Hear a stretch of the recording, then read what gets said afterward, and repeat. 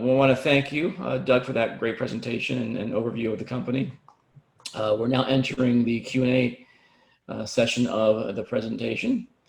And of course, if you have any questions, you can definitely email them to us at conferences@littlegrapevine.com.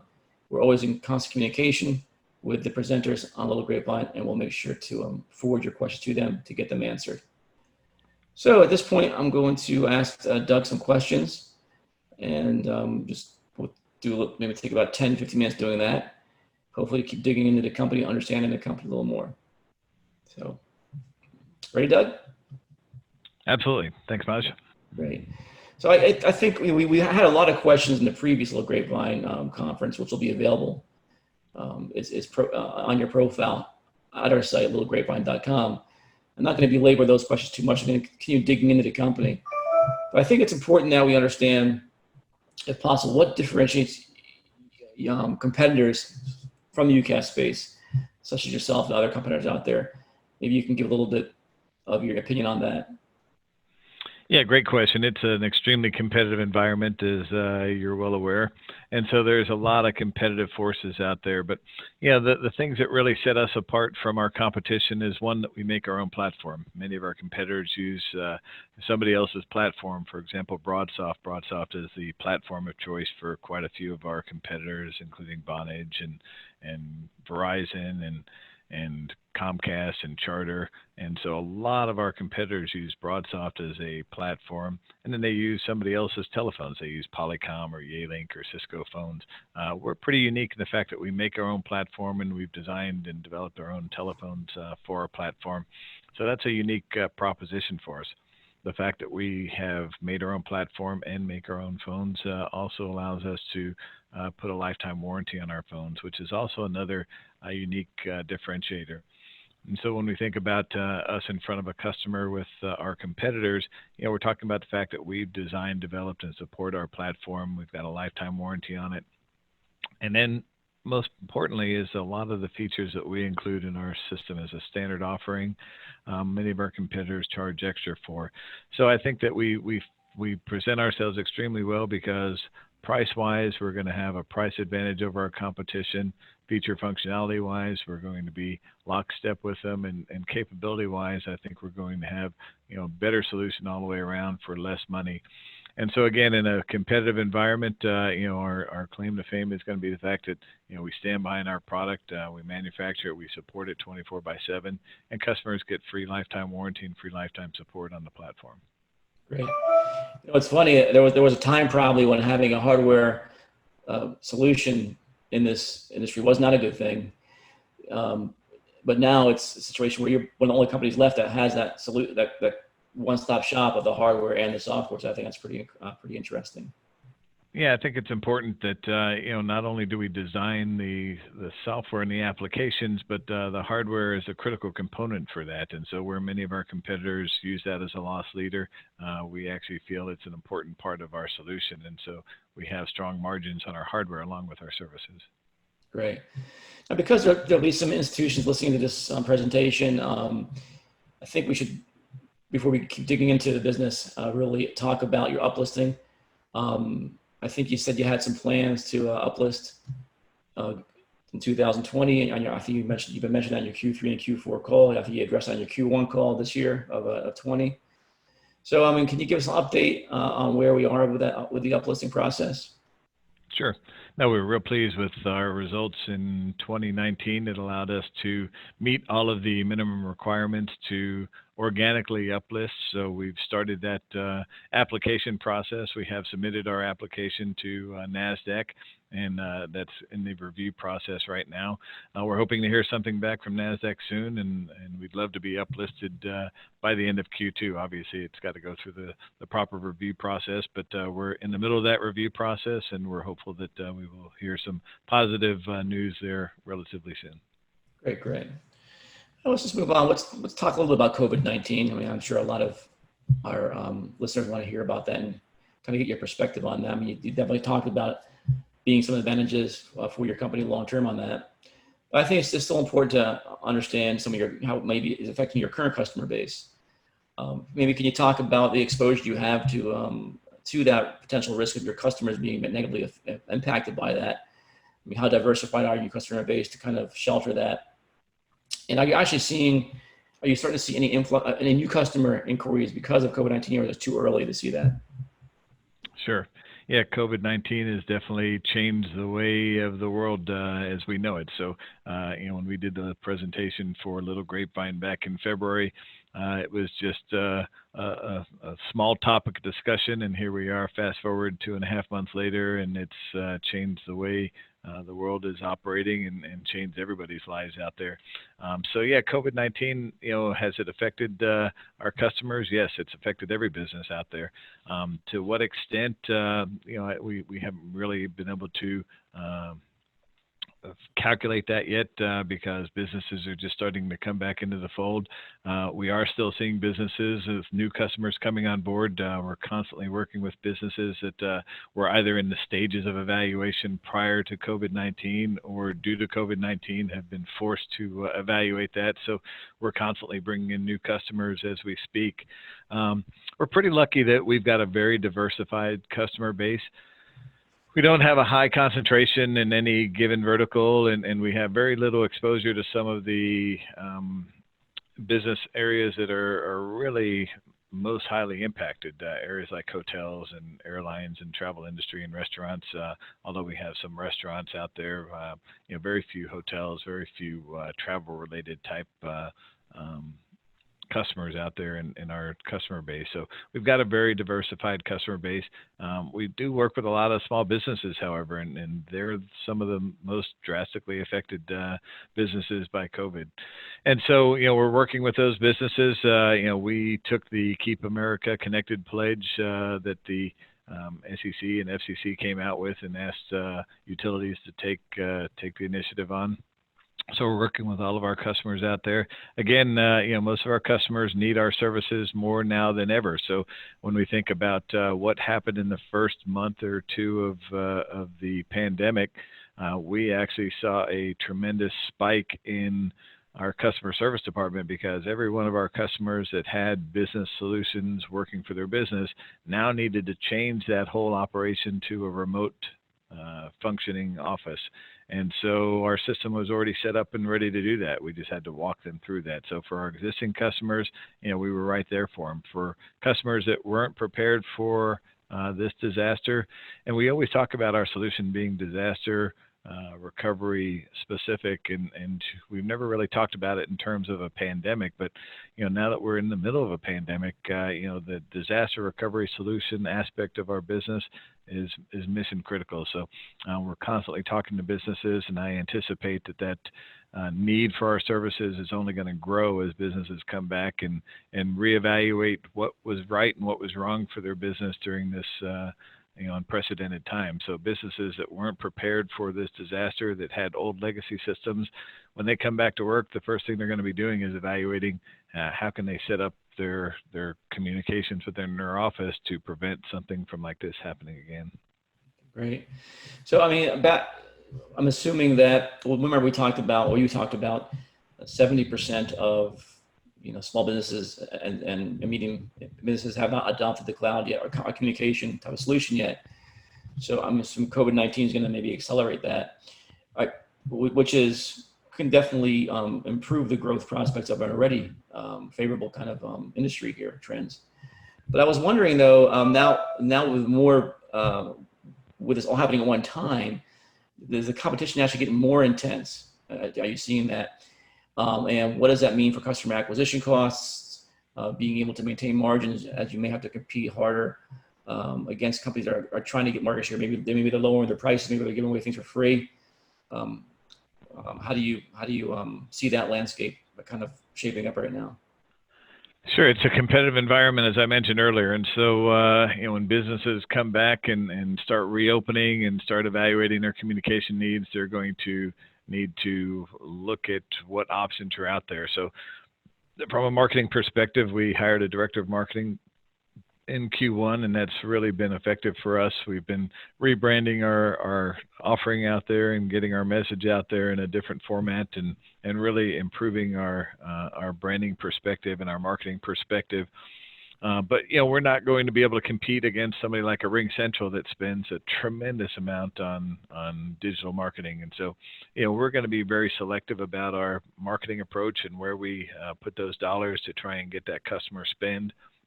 What we really concentrate on a lot, Maj, is that, as I mentioned, 70% of our business comes from our partner community. And so our partners have existing relationships out there with their customers. And so we're working with our partners to get the right messaging out there to their customers. So as their customers return to work, they know that they can reach out to their partners and they have solutions in place for them. So our marketing approach is a little different than, maybe a RingCentral or a Vonage or an 8x8 that's going to go spend a fortune on digital marketing. Ours is going to be spent on our partners and getting our messaging out to our partner community and our partner community customers out there, so that they know that when they return back to work, if their communication needs need to be addressed, they can simply reach out to their partners and their partners will take care of them. Great. Now, are you seeing any opportunities in new target markets that you haven't targeted before, industries, because of COVID?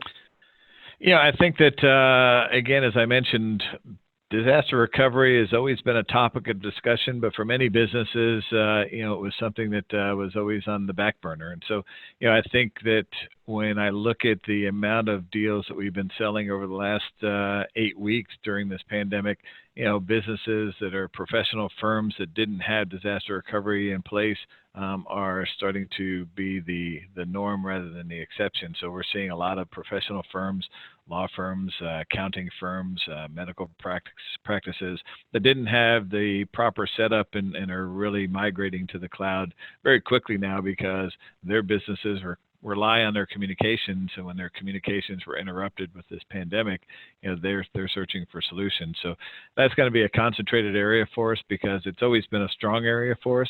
But I think, again, the COVID situation is really going to escalate and hasten the need for these businesses to migrate to the cloud. Great. So obviously you talk about wanting to make acquisitions as part of your growth strategy moving forward. Do you anticipate that will the acquisition environment change for you because of COVID now? For example, are you going to see a lot of smaller firms maybe that won't be able to compete, maybe be up for sale? And I know you had talked about the pricing being a little too high, some of the valuation expectations of some of these people you're going after to buy. Do you see those valuations actually coming down or going up, you think, in your opinion, based on what's going on? Yeah, I think it's a little early to tell, but I think that the acquisition market, from my perspective, should get better. I think if businesses were challenged, so when we think about hosted solution providers out there, when you take out the big guys of the RingCentrals and the Vonage and the 8x8s and the Verizons and the Comcast out there, and then you see the middle section with the Crexendos out there, you've got a lot of smaller mom and pops out there that run a hosted environment using a BroadSoft platform or Metaswitch platform. And some of those businesses may have been struggling pre-COVID. And so if they were struggling pre-COVID and they weren't profitable and they had a lot of debt, post-COVID, they're going to be in a world of hurt. And so, again, we look at Crexendo, and over the years, we've built up a profitable model, and the fact that we've got profitability and we've got cash flow, puts us in a stronger position. And so some of the acquisition targets out there may not be in as strong of a position. So before COVID, they might have been in a position where they thought their valuations were much higher and they weren't in desperate need to look at alternatives. Now this situation might be forcing them into considering the sale of their asset, their company, for less than what they were previously thinking. So we've always been very cognizant of the fact that we're not going to overpay for something. We're going to look for a nice accretive acquisition that makes sense for us.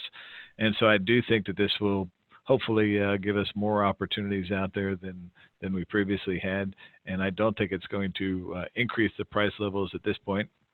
Now, 6 months from now, when these businesses start seeing the heavy migration for businesses to move to the cloud, that could change, because their business could rebound just like all the other businesses out there in the country are hoping for a quick rebound.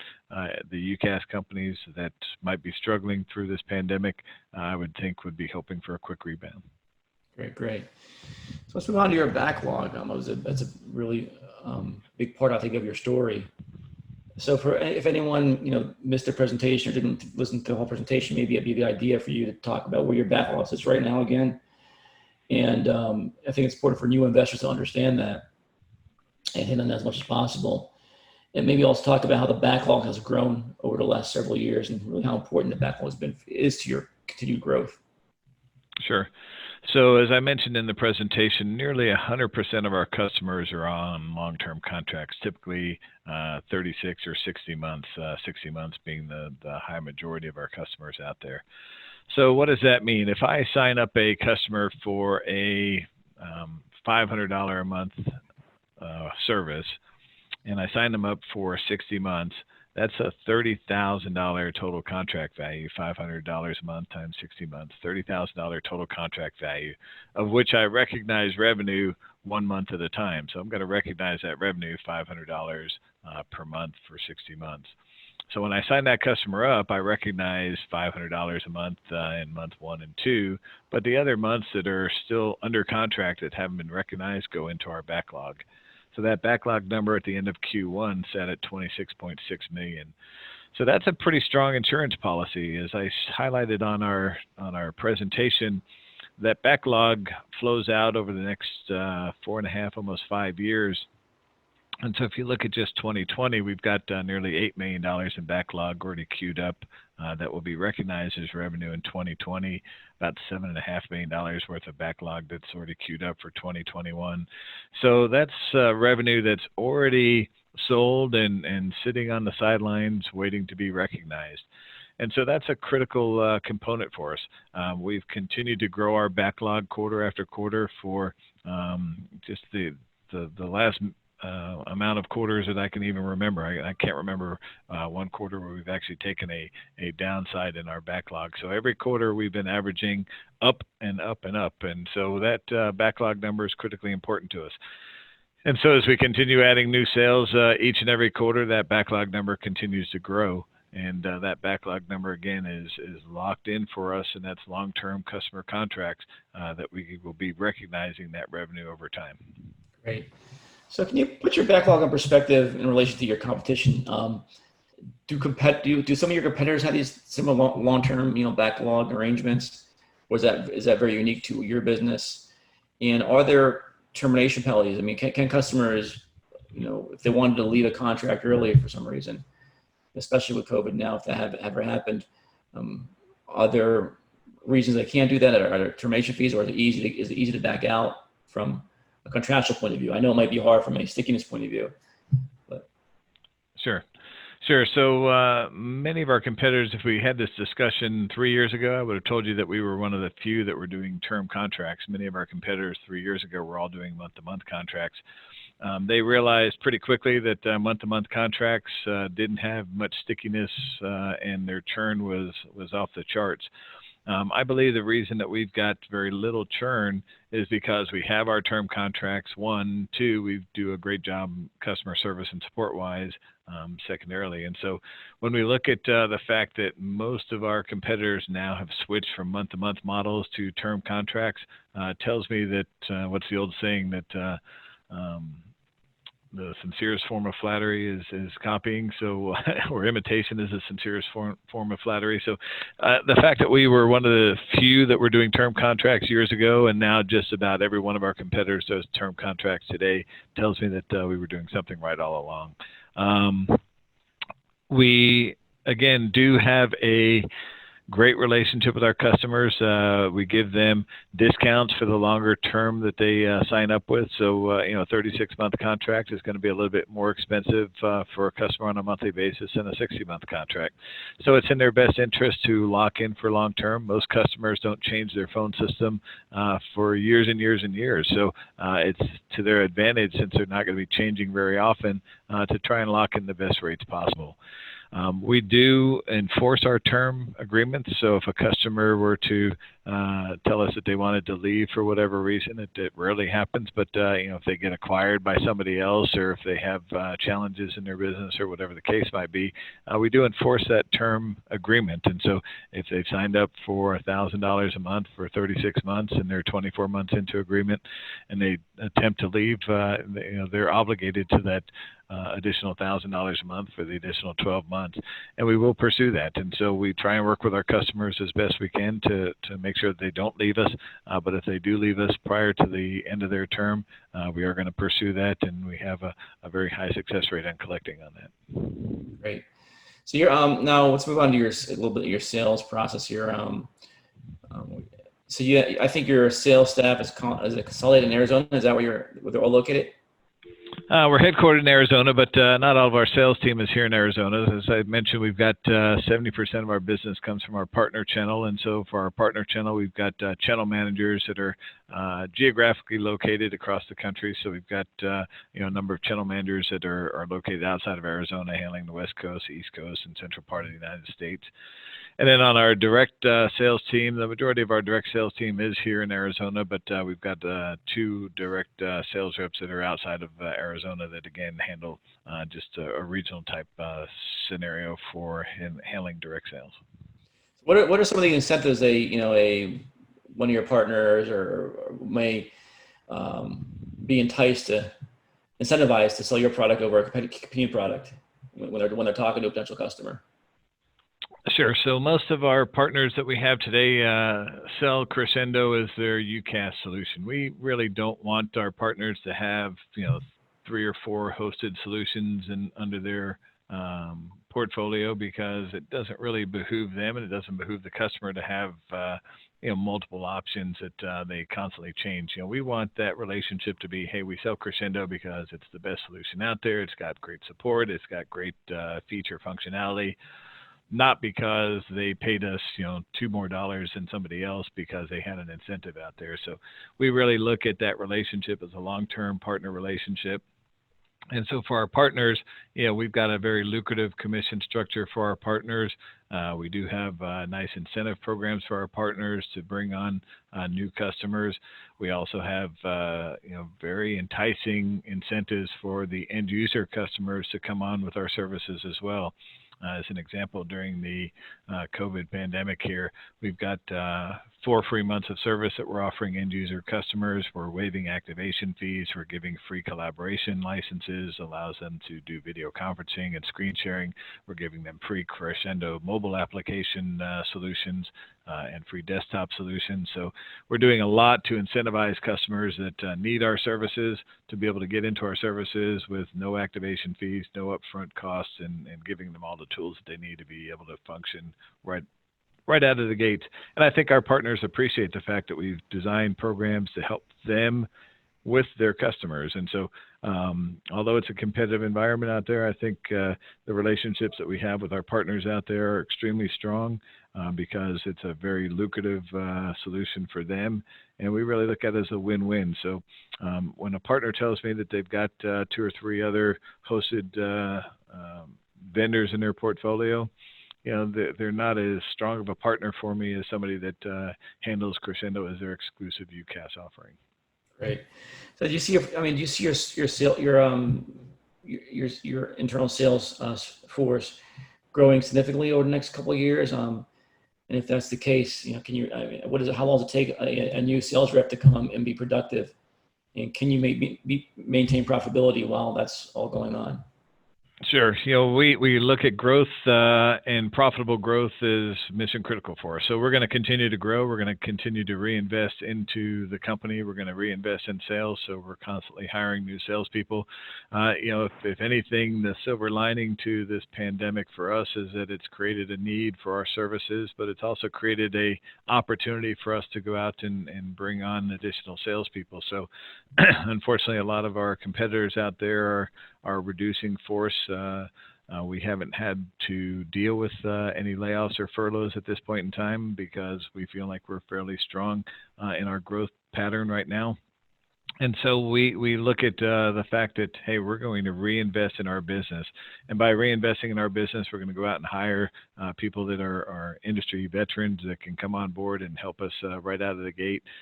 And we're looking at bringing on new partners. So, I mean, our message out to the partner community is that, hey, if you don't have hosted telecom in your portfolio of services now is the perfect time to add it. I can't tell you the amount of businesses out there that are suffering with their core products, but their telecom solutions with Crexendo are the only thing that's moving right now because they've got to have something to sell. So, as an example, copier companies, some of our strongest copier companies, copier sales have slowed down to nothing over the last 2 or 3 months with the pandemic because nobody's in the office, nobody's needing copiers replacements because nobody's in the office to use them.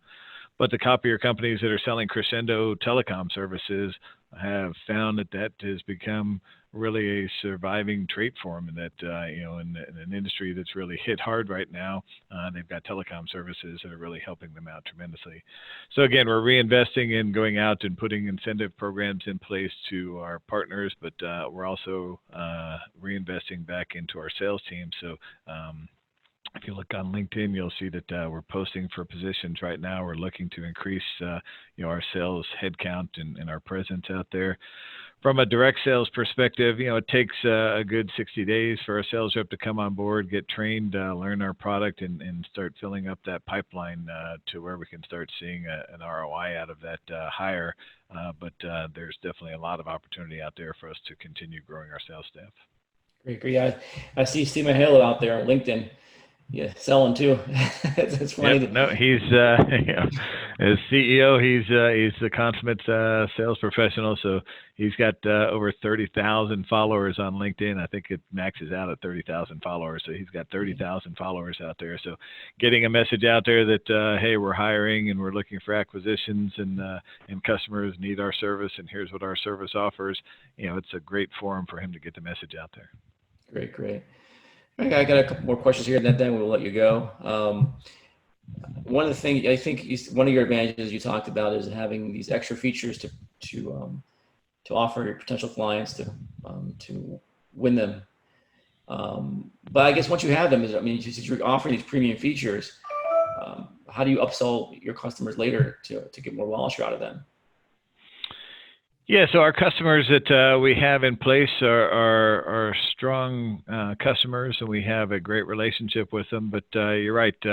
When we have a solution that has most of the feature functionality as a standard offering, there's not a lot of upside for upselling, but there are additional licenses, there are additional phones and support. So if we think about the fact that most of our customers out there, when they moved from a office environment to a remote environment, a lot of them just picked up their phones and took them home.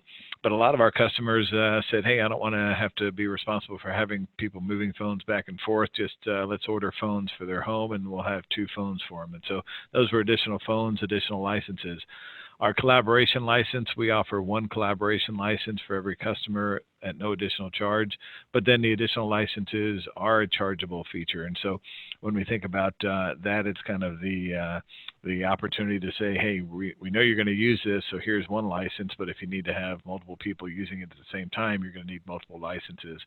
And so that has turned out to be a great upsell opportunity because especially now with the pandemic, a lot of businesses need to have multiple collaboration meetings going on at any given time. So 1 license doesn't suffice, so they have to add additional licenses. And lastly is, the telephones themselves. So very similar to your mobile phone and my mobile phone is that, I've got an iPhone 10, but, my son's got an iPhone 8 and he wants an iPhone 11. So when we think about the fact that everybody that's got a older phone wants the latest and greatest, folks that have a 4-year-old phone from Crexendo may want to upgrade to the latest and greatest model. And so when their term comes up, we make that very easy for them to do by upgrading to the latest and greatest and hopefully not even increasing their monthly service amount. Great. Finally here, Doug, my last question. You said I think you had in-house customer support, service support is all in-house. Is there a reason you chose to go that route? Do your competitors also do that, or do they outsource to capture more margin? And why'd you, I guess, choose not to do that? Yeah, first and foremost, the expertise in-house is mission critical, so we want to make sure we've got the best customer service out there. So some of our competitors have it in-house, others outsource it overseas. We found that outsourcing it overseas hasn't been a good viable option for us at this point in time. We do offer 24/7, 365 days a year customer service and support. So we believe that when a customer calls in and has a problem, that they need to get to somebody that knows their system, knows it well, and can walk them through the solution, as opposed to getting somebody overseas that may not have a vested interest in that relationship. So it's something that it's a profitable solution for us. It's affordable for us today. We have looked at outsourcing options in the past, and it just didn't have the right ROI for us. Is that to say that it's not something that we wouldn't consider in the future? It's definitely something that's always on the table if it's got an ROI for it. Right now, it doesn't have an ROI for us, and again, for some of our competitors that do have it outsourced, that's one of the things that we hear when we take a customer from one of our competitors, is that they didn't like the customer service, they didn't like the support, maybe it was outsourced overseas, and they didn't like that aspect. So we really try and tout the fact that hey, we're headquartered here in the United States. All the research and development and software development is all done here in the United States, and all the customer service and support is done here in the United States by Crexendo employees. Great. Oh, well, thank you, Doug. We've been here with Doug Gaylor for laying out your growth plan and answer some questions. Again, if you have additional questions that we didn't cover today, make sure to email us at conferences@littlegrapevine.com, and we'll be sure to make sure Doug gets those questions. So enjoy the rest of your day. Stay safe. Talk to you soon, Doug. Thanks, Maj, and to everybody on the call here, stay safe, stay healthy, and if we can help you out in any way with your communication needs, feel free to reach out to us.